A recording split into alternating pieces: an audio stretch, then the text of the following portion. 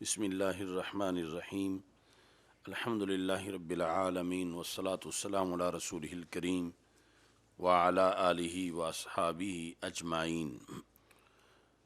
باب رفع العلم میں دوسری حدیث ہے، حضرت انس رضی اللہ تعالیٰ عنہ سے مروی ہے، انہوں نے کہا کہ لأحدثنکم حدیثا لا یحدثکم احد بعدی، میں تمہیں ایسی حدیث ضرور بھی ضرور سناؤں گا جو کوئی بھی میرے بعد تمہیں نہیں سنائے گا۔ میرے بعد یعنی میرے علاوہ نہیں سنائے گا کا مطلب یہ ہے کہ رسول اکرم صلی اللہ علیہ وسلم اور اس کے درمیان کوئی اور راوی نہ ہو،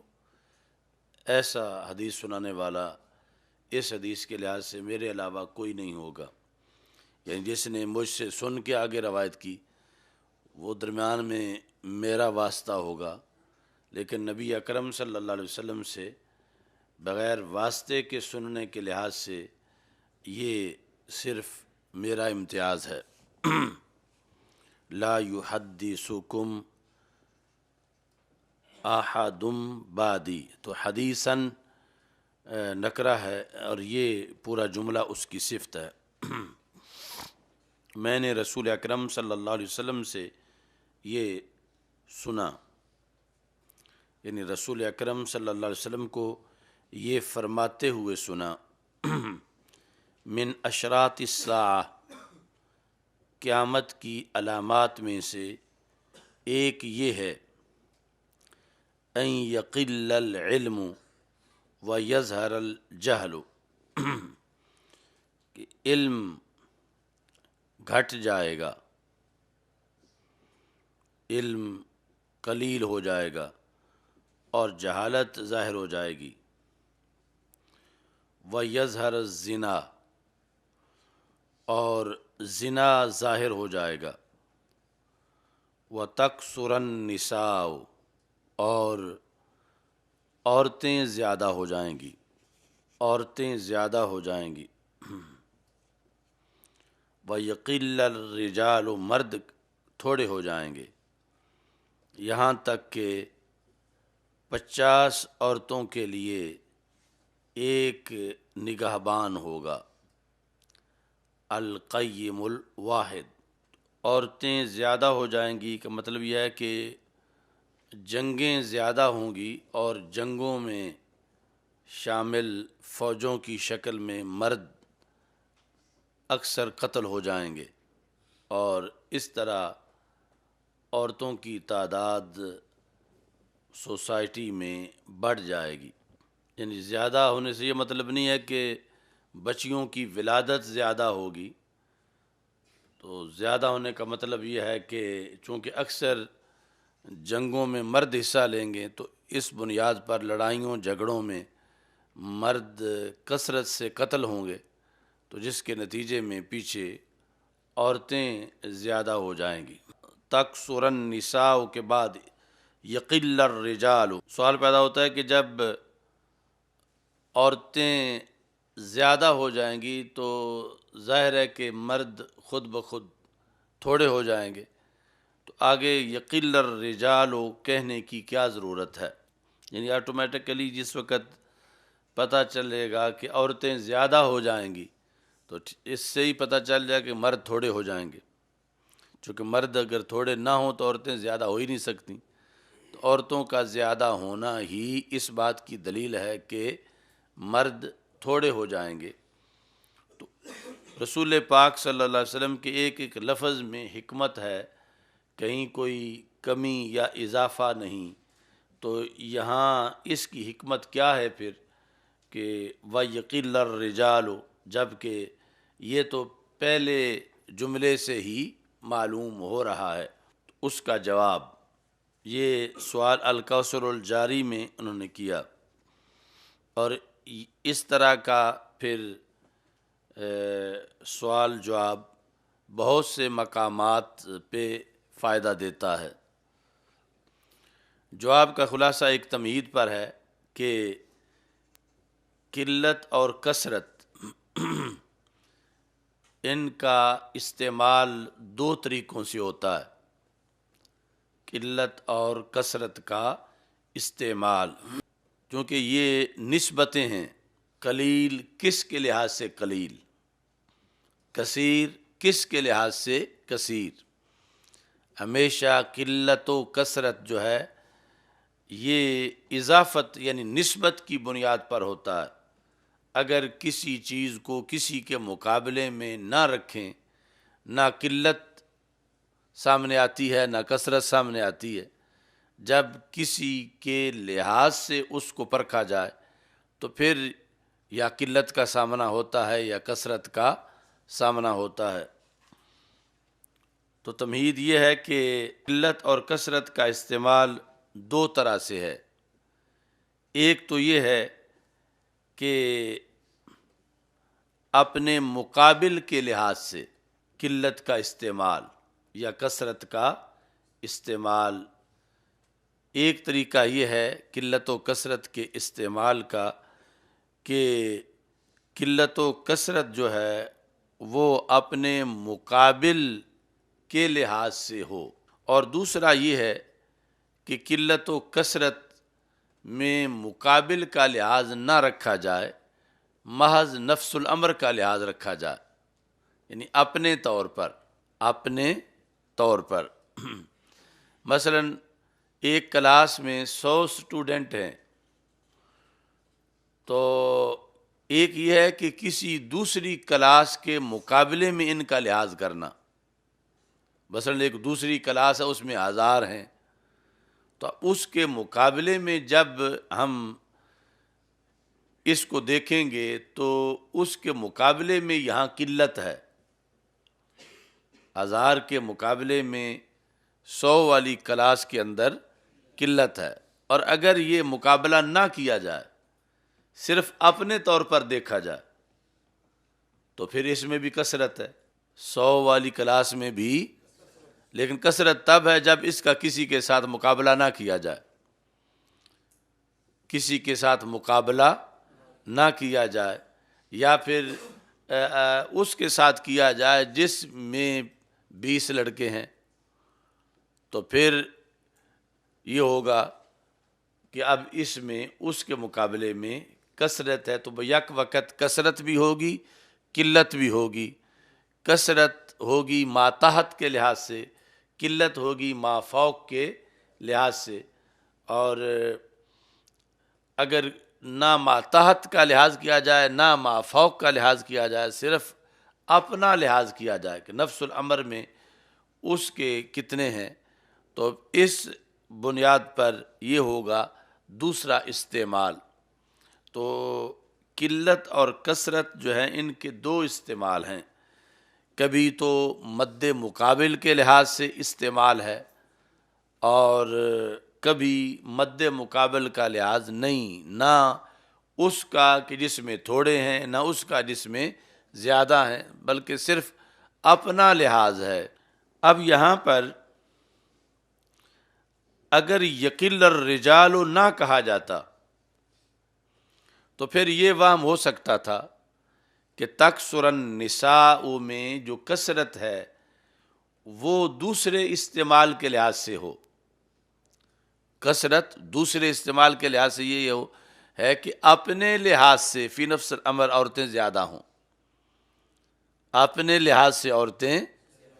اگرچہ مردوں کے لحاظ سے زیادہ نہ ہوں، اپنے طور پر زیادہ ہوں، یعنی اپنے طور پر بھی تو کثرت ہو سکتی ہے ان کی۔ تو یہ وام دور کرنے کے لیے یہ جو کثرت کا جو استعمال ہو رہا ہے یہ نفس الامر کے لحاظ سے نہیں ہو رہا، بلکہ اپنے مقابل کے لحاظ سے ہو رہا، نفس الامر کے لحاظ سے بلکہ اپنے مقابل کے لحاظ سے، اور مقابل کے کون ہے؟ مرد۔ تو وہ تب پتہ چلا جب یہ لفظ آیا وَيَقِلَّ الرِّجَالُ، مرد گھٹ جائیں گے، تو اب پتہ چلا کہ عورتوں کا بڑھنا یہ اپنے لحاظ سے نہیں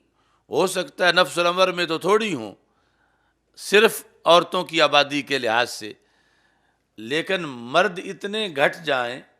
کہ ان کے مقابلے میں یہ زیادہ ہوں، تو اس بنیاد پر چونکہ کثرت یا قلت کا استعمال دو طرح کا ہوتا ہے، اور یہاں معین کرنا تھا کہ وہ استعمال کون سا ہے، تو یقل الرجال کہہ کے رسول پاک صلی اللہ علیہ وسلم نے یہ معین کیا کہ عورتوں کی کثرت یہ مردوں کے مقابلے میں یہاں مراد ہے، نفس الامر میں کثرت مراد نہیں ہے۔ نفس الامر میں کثرت مراد، اور مردوں کے مقابلے میں کثرت یہ تعین تب ہوا جب یقل الرجال کے الفاظ رسول پاک صلی اللہ علیہ وسلم نے بولے ہیں، تو پتہ چلا کہ یہ بھی بامقصد گفتگو ہے، اور جب تک یہ لفظ نہ بولے جاتے تو یہ مطلب ثابت نہ ہوتا، تو نبی اکرم صلی اللہ علیہ وسلم کے اس فرمان کی حکمت بھی موجود ہے، یہ لفظ معاذ اللہ فضول نہیں ہے۔ اب یہاں سے آپ کو وہ سمجھ آئے گی، یضل بہ کثیرا و یہدی بہ کثیرا، کہ قرآن مجید بہت سے لوگوں کو ہدایت دیتا ہے اور بہت سے لوگوں کو گمراہ کرتا ہے۔ تو اب سوال پیدا ہوتا ہے کہ جب ایک طرف کثرت ہو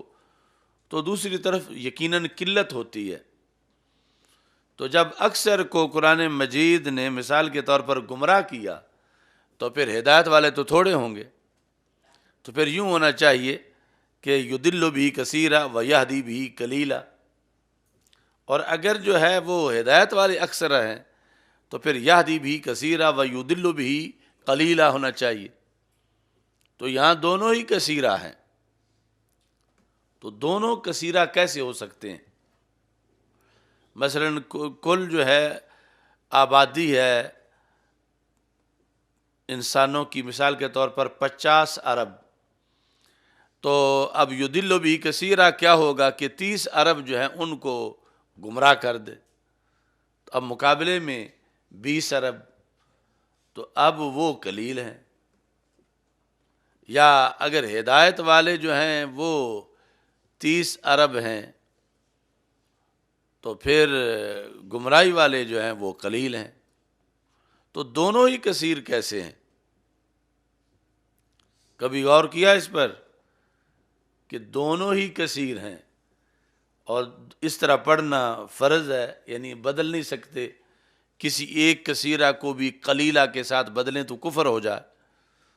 تو جب ویسے عقل کہہ رہی ہے کہ جب ایک طرف کثیرہ ہے تو مقابلے میں تو قلیل ہی ہوگا، کیونکہ دونوں کثیرہ تو ہو نہیں سکتے۔ مثال کے طور پر اگر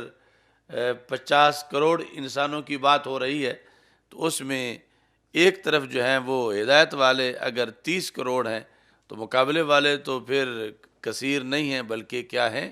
قلیل ہیں۔ اور ایسی دوسری صورت میں بھی جبکہ قرآن مجید کہتا ہے دونوں طرف یضل بہ کثیرا و یہدی بہ کثیرا، تو اس کے جواب میں بھی یہی قانون کار فرما ہے کہ قلت کثرت کے استعمال کے دو طریقے ہیں۔ قلت کثرت کے استعمال کے دو طریقے ہیں، ایک ہے قلت و کثرت کا کسی مقابل کے لحاظ سے استعمال،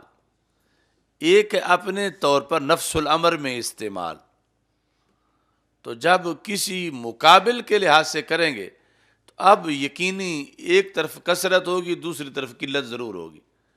ایک طرف قلت ہوگی تو دوسری طرف کثرت۔ یہ اس وقت ہے جب مقابل سامنے رکھیں، اور اگر مقابل سامنے نہ رکھیں، صرف نفس الامر میں کسی چیز کے وجود کو قطع نظر اس کی کسی مقابل کے دیکھیں، تو اب جو ہے وہ ہو سکتا ہے کہ جو دو چیزیں آپس میں مقابل ہیں لیکن یہاں ان کا آپس میں تقابل نہیں کیا جا رہا، آپس میں ہر ایک کو اپنے طور پر دیکھا جا رہا ہے، تو دونوں ہی اپنے گھر میں کثرت میں ہوں، دونوں ہی اپنے گھر میں، کیونکہ تقابل تو درمیان میں کیا نہیں جا رہا، تو اس بنیاد پر جنہوں نے ہدایت پائی وہ بھی بہت بڑی تعداد ہے، اور جو گمراہ ہوئے وہ بھی بہت بڑی تعداد ہے، اور آپس میں مقابلہ کیا نہیں جا رہا،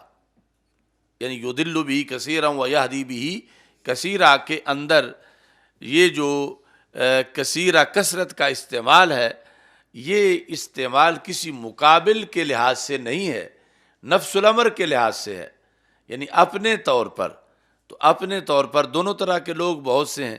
ہدایت پانے والے بھی بہت سے ہیں اور گمراہ ہونے والے بھی، تو اب کوئی اعتراض نہیں ہوگا۔ لیکن جس وقت اس کا وہ استعمال ہو کہ جب کوئی مقابل سامنے رکھ کر کثرت کا یا قلت کا اعلان کیا جائے تو وہاں پھر کثرت کے مقابلے میں قلت ہی ہوتی ہے اور کوئی چیز نہیں ہوتی، کثرت کے مقابلے میں کثرت نہیں ہوتی۔ تو اب یہ جواب بھی اس کا مدار اس تمہید پر ہے کہ قلت کثرت کے استعمال کے دو طریقے ہیں۔ ایک طریقہ یہ ہے کہ انہیں کسی مقابل کے لحاظ سے استعمال کیا جائے، اور دوسرا طریقہ یہ ہے کہ انہیں محض نفس الامر کے لحاظ سے اپنے طور پر بغیر قطع نظر کسی مقابلے کے استعمال کیا جائے۔ تو قرآن مجید پر اگر کوئی یہ اعتراض کرتا ہے کہ قلت کے مقابلے میں تو پھر کثرت ہونا چاہیے، کثرت کے مقابلے میں قلت ہونا چاہیے، تو اس کا اعتراض غلط ہے، چونکہ جو قلت کثرت کا قانون ہے وہ دو طرح کے استعمال کا ہے، اور یہاں دوسری قسم استعمال کی موجود ہے۔ اب یہ ساری چیزیں اردو ترجمے میں سامنے نہیں آ سکتی، بس اس حدیث کا اردو ترجمہ بخاری شریف کی کسی شرح میں یا کہیں اردو ترجمہ اس حدیث کا لکھا ہوا ہو تو اس کی وجہ سے یہ روشنی میسر نہیں آ سکتی جو حقیقت میں حدیث کے الفاظ کے اندر جو ہے وہ روشنی موجود ہے۔ اور ساتھ یہ بھی ہے کہ یہ جو مطلقاً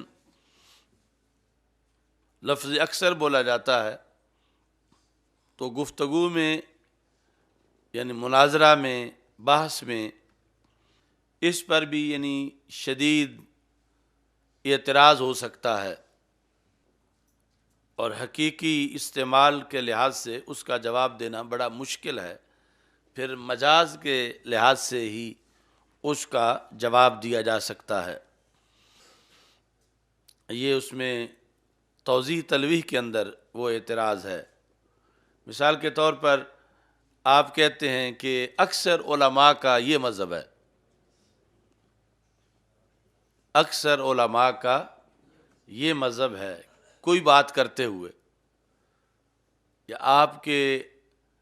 مقابلے میں کوئی بندہ گفتگو کرتے ہوئے مناظرہ میں یہ کہتا ہے کہ اکثر علماء کا یہ مذہب ہے۔ اب وہ لفظ اکثر بول کر ایک سہولت لینا چاہتا ہے کہ اگر گن کے بتاؤں تو یہ گننا تو بڑا مشکل ہے، تو لفظ اکثر کا سہارا لے کر میں اپنی بات کو ترجیح دے دیتا ہوں کہ اکثر لوگ اس موقف پر ہیں، یہ اکثر لوگوں کی یہ رائے ہے، تو یعنی یہ کہنے کی بجائے کہ 700 کی یہ رائے ہے یا 7000 کی یہ رائے ہے، تو وہاں تو 700 گننا پڑے گا یا 7000 گننا پڑے گا، تو وہ بڑا مشکل ہے۔ تو اس کے مقابلے میں یہ کہہ دیا جائے اکثر کی یہ رائے ہے تو یہ آسان ہے، یعنی یہاں وہ کوئی معین فگر نہیں ہے کہ اگر اتنے نہ ہوں تو کہا جائے کہ یہ تو تمہاری بات پوری نہیں ہوئی، تم نے تو 700 کہا تھا تو یہ 700 نہیں بنے، تو اس سے بچاؤ کے لیے یہ کہہ دیا جائے کہ اکثر لوگ اس رائے پر ہیں۔ تو وہاں توضیح تلویح میں پھر اس پر بھی وہی اعتراض کیا گیا جو معین فگر پہ کیا جاتا ہے اکثر کے لحاظ سے بھی، وہی ہے کہ اکثر کی تعریف کیا ہے؟ اکثر ما فوق النصف کو کہتے ہیں۔ اکثر کسے کہتے ہیں؟ جو نصف سے زائد ہو۔ کسی شے کا اکثر وہ ہے جو اس کے نصف سے زائد ہو، کسی کا اکثر یہ ہے جو اس کے نصف سے زائد ہو۔ تو اب جس وقت وہ بندہ کہہ رہا ہے کہ اکثر علماء کا یہ مذہب ہے تو اس سے پھر پوچھا جائے وہ نصف کیا ہے، چونکہ نصف کے بغیر تو اکثر کہا نہیں جا سکتا، نصف سے زائد کو اکثر کہا جائے گا، تو وہ نصف جو ہے وہ کیا ہے؟ تو نصف کا تعین بڑا مشکل ہوگا، نصف کا تعین بڑا، یعنی جس طرح وہ معین فگر کے لحاظ سے مشکلات ہیں، اس طرح نصف کے لحاظ سے بھی مشکلات ہیں کہ بولتے وقت ہزاروں بار دن میں آپ کہتے ہیں، اکثر لوگ یہ کہہ رہے ہیں، تو ان سے آپ اس کا جو قائلین ہیں ان کا نصف تو بیان ہی نہیں کر سکتے کہ نصف جو ہے وہ 20 لاکھ ہے، یا نصف 10,000 ہے، یا نصف 500 ہے۔ تو اکثر تب کہہ سکتے ہیں جب پہلے نصف معلوم ہو، اور نصف معلوم سے پھر کچھ اوپر ہوں تو پھر اس کو اکثر کہیں گے، ورنہ اکثر نہیں کہیں گے۔ تو اس بنیاد پر یعنی وہاں پر ایک موضوع میں جب لفظ اکثر استعمال ہوا توضیح طلبی میں، تو انہوں نے کہا کہ اکثر بھی ایسے استعمال نہیں کر سکتے، تو یہ باریکی صرف انہی کتابوں کے اندر موجود ہے۔ اب یہ وہاں پر یا تو پھر مجاز کا رستہ اختیار کرنا پڑے گا، یا پھر اکثر بولنا بھی جھوٹ ہوگا، کہ اکثر تو تب بولو کہ جب تمہیں اس کا نصف معلوم ہو، اور پھر نصف پر آگے اگر کثرت ہو تو پھر اس کو اکثر سے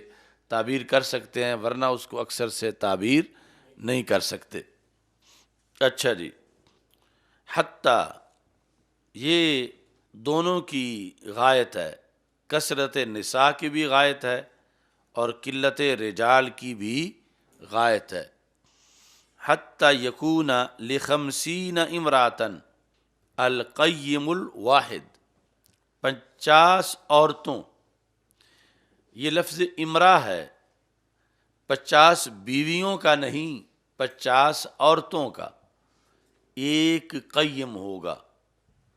قیم جو ان کا خرچہ اٹھانے والا ہے، یا ان کی نگرانی کرنے والا ہے، دیکھ بھال کرنے والا ہے۔ تو مطلب یہ ہے کہ 4 تک تو اس کی بیویاں ہو سکتی ہیں،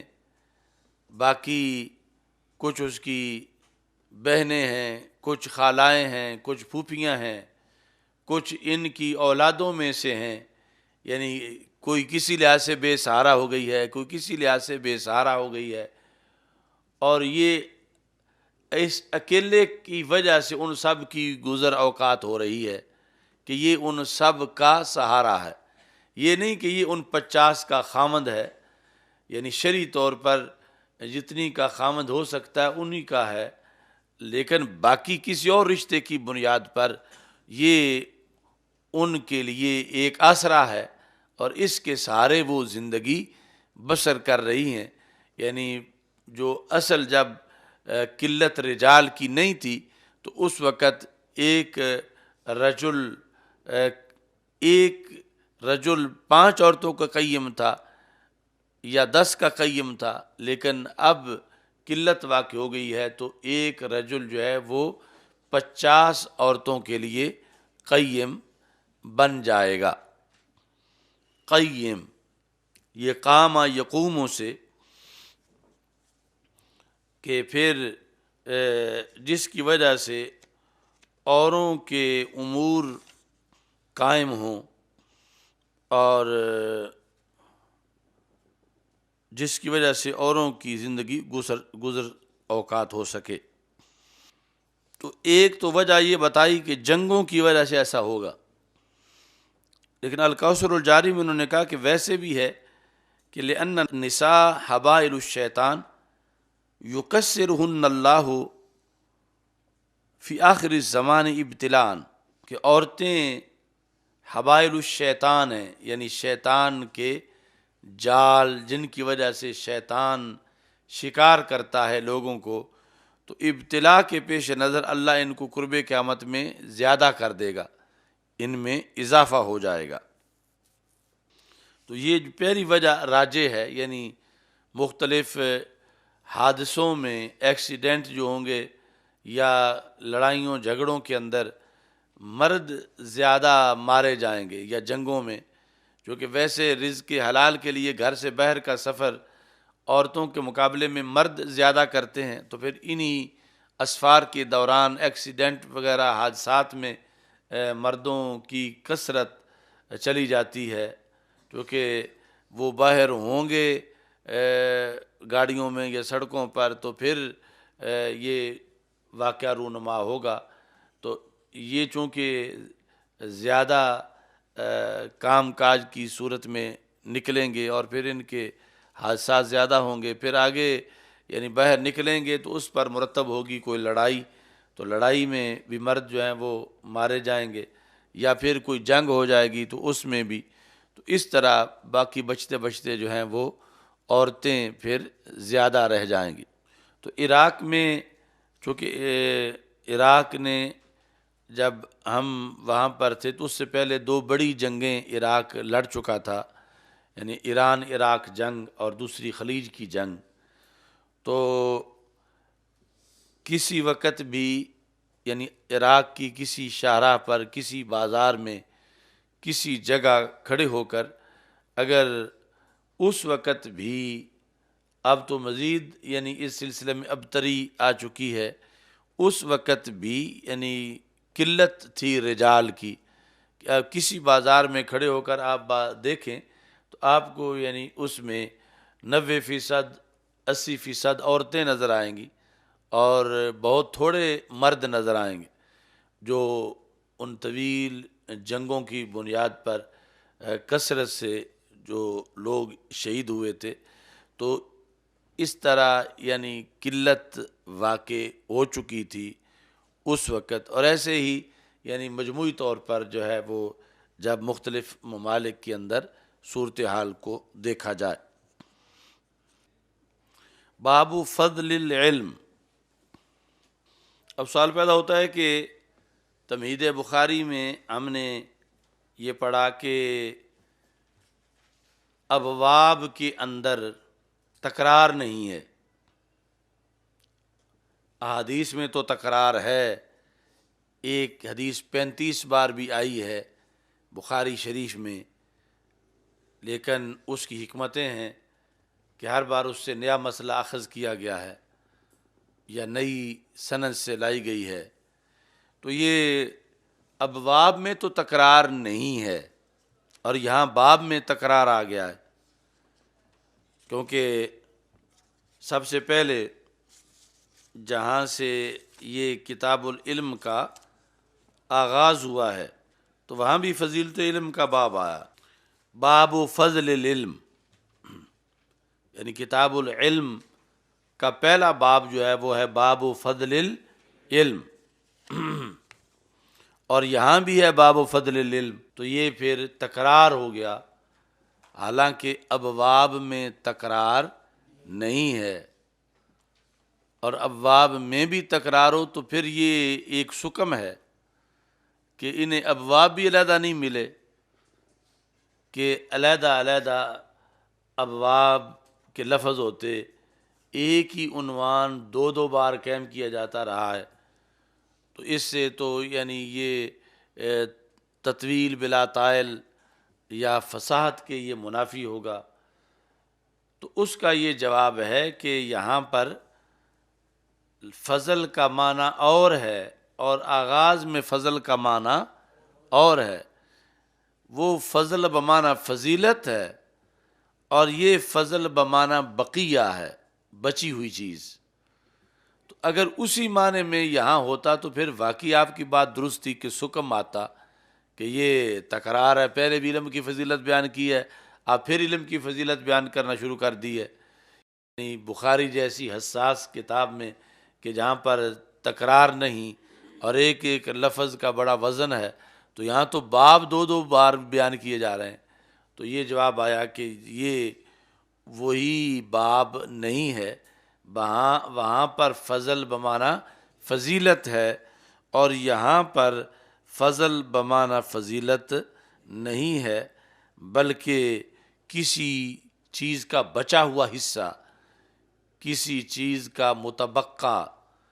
کسی چیز سے بچ جانے والا اس کا تبرک، یہ یہاں پر مراد ہے، تو لہذا تکرار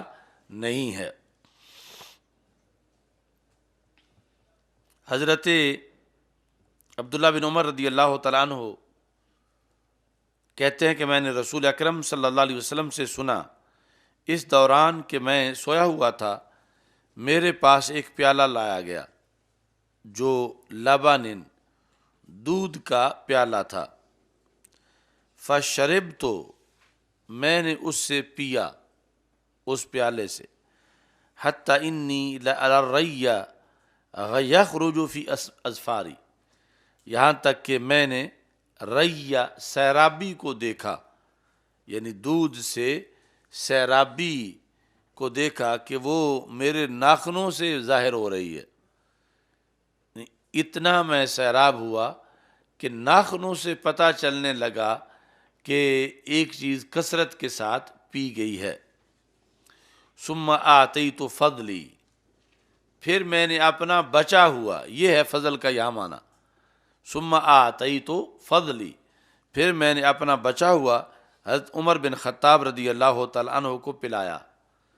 قالوا، صحابہ نے پوچھا، فما اولتہ یا رسول اللہ صلی اللہ علیہ وسلم، آپ نے اس کی کیا تعویل کی، یعنی وہ کیا چیز تھی کہ جو آپ نے پہلے خود اس کو نوش کیا اور باقی حضرت عمر رضی اللہ تعالیٰ عنہ کو دیا،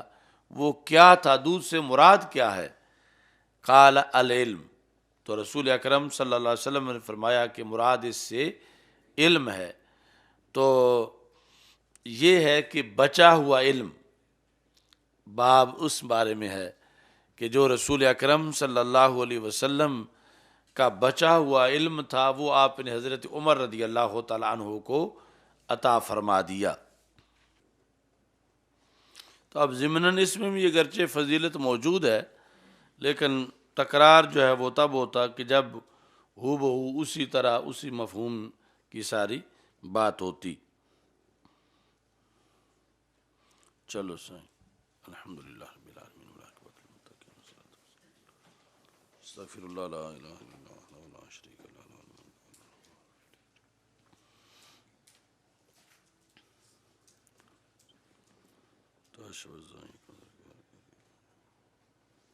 صلی اللہ تعالیٰ علیہ وسلم محمد۔